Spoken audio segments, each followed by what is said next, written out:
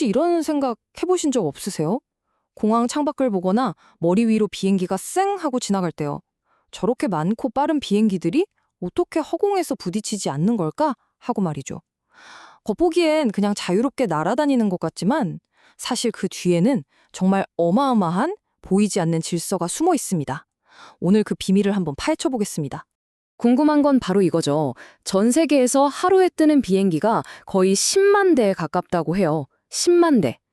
대체 어떻게 이 수많은 비행기들이 서로 충돌하지 않고 안전거리를 유지할 수 있는 걸까요? 이 질문에 대한 답이 바로 현대 항공 시스템의 핵심이라고 할 수 있습니다. 자, 그 비밀이 뭐냐고요? 바로 분리라는 아주 간단하면서도 강력한 개념입니다. 여기 그림처럼 항공교통 관제는 딱 세 가지 원칙으로 항공기들을 떼어놓는데요. 첫째, 서로 다른 높이로 날게 하는 수직 분리. 둘째, 아예 다른 길로 가게 하는 횡적 분리. 그리고 마지막으로 같은 길에서는 앞뒤 간격을 유지하는 종적 분리가 있습니다. 이 세 가지가 바로 항공안전을 떠받치는 기둥인 셈이죠. 그런데 왜 이렇게까지 철저하게 비행기들을 떼어놓아야만 하는 걸까요? 그냥 단순히 서로 안 부딪히게 하려는 목적만은 아닙니다. 여러 이유가 있지만 그중에서도 가장 흥미롭고 또 가장 위험한 이유 중 하나는 바로 비행기가 뒤에 남기고 가는 그 보이지 않는 흔적 때문이에요. 이걸 후방 난기류, 영어로는 wake turbulence라고 합니다. 말 그대로 비행기가 지나간 뒤에 남는 어마어마한 공기 소용돌이에요. 특히 거대한 비행기가 공기를 가르며 날아갈 때 그 날개 끝에서 만들어지는 강력한 회오리 바람 같은 거죠. 이 보이지 않는 소용돌이는 뒤따라오는 특히 작은 비행기 입장에서는 비행기를 통째로 뒤집어 버릴 수도 있는 아주 치명적인 위험입니다. 그래서 이걸 관리하기 위한 아주 구체적인 규칙들이 따로 있는 겁니다. 자, 그럼 이 보이지 않는 위험 어떻게 피할까요? 첫 번째 방법은 아주 직관적입니다. 그냥 거리를 두는 거죠. 항공교통관제소에서는 레이더를 이용해서 비행기들을 계속 지켜보다가 항공기 크기별로 정해진 최소 안전거리를 무조건 지키게 만듭니다. 이 표가 바로 그 규칙인데요. 항공기는 보통 크기에 따라 대형, 중형, 소형으로 나뉘거든요. 예를 들어 맨 위, 대형 항공기가 앞에 갈 때를 한번 보실까요?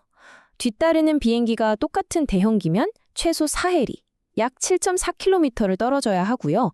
중형기면 5해리, 약 9.3km.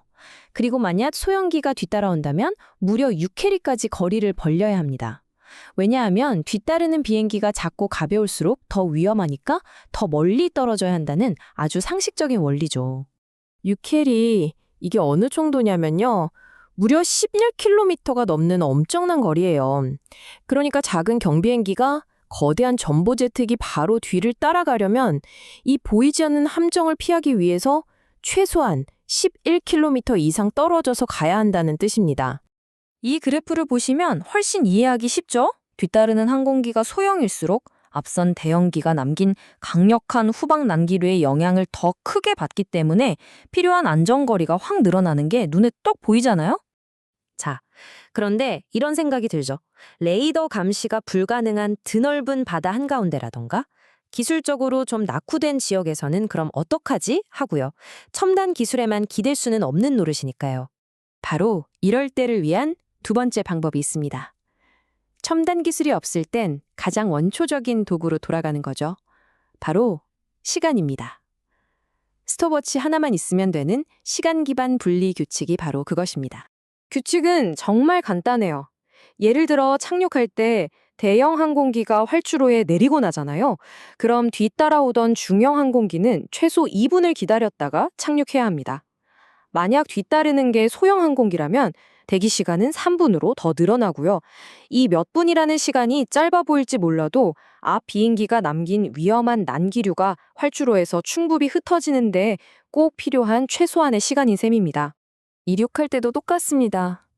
먼저 이륙한 큰 비행기가 남긴 후방 난기류를 피하기 위해서 뒤따르는 작은 비행기는 최소 2분의 간격을 두고 이륙해야 하는 거죠. 거리 대신 시간으로 안전을 지키는 정말 똑똑한 방법 아닌가요? 지금까지는 후방 난기류라는 아주 특정한 상황에 대해서만 이야기했는데요. 사실 이건 빙산의 일각에 불과합니다. 항공교통관제 규칙은 이것보다 훨씬 더 크고 복잡한 그림을 그리고 있거든요. 이 슬라이드 그림을 한번 보세요. 생각만 해도 아찔한 상황이죠. 두 비행기가 같은 길에서 정면으로 마주오는 거예요. 이런 끔찍한 상황을 원천적으로 막기 위해서 관제사는 두 비행기가 스쳐 지나갈 것으로 예상되기 훨씬 전부터 아예 다른 높이에서 날도록 고도를 배정해버립니다. 여기서 핵심 숫자가 바로 10분입니다. 이게 무슨 뜻이냐면 서로 스쳐 지나가기 10분 전부터 그리고 지나가고 나서 10분 후까지 그러니까 도합 20분 동안은 아예 다른 높이에서 날아야 한다는 거예요. 와, 정말 철저하죠? 이 정도면 실수할 가능성 자체를 없애버리는 수준입니다.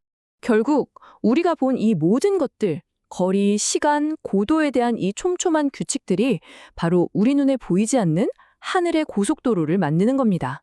그리고 그 고속도로가 매일 수많은 사람들의 생명을 지키고 있는 거고요. 그런데 말이죠.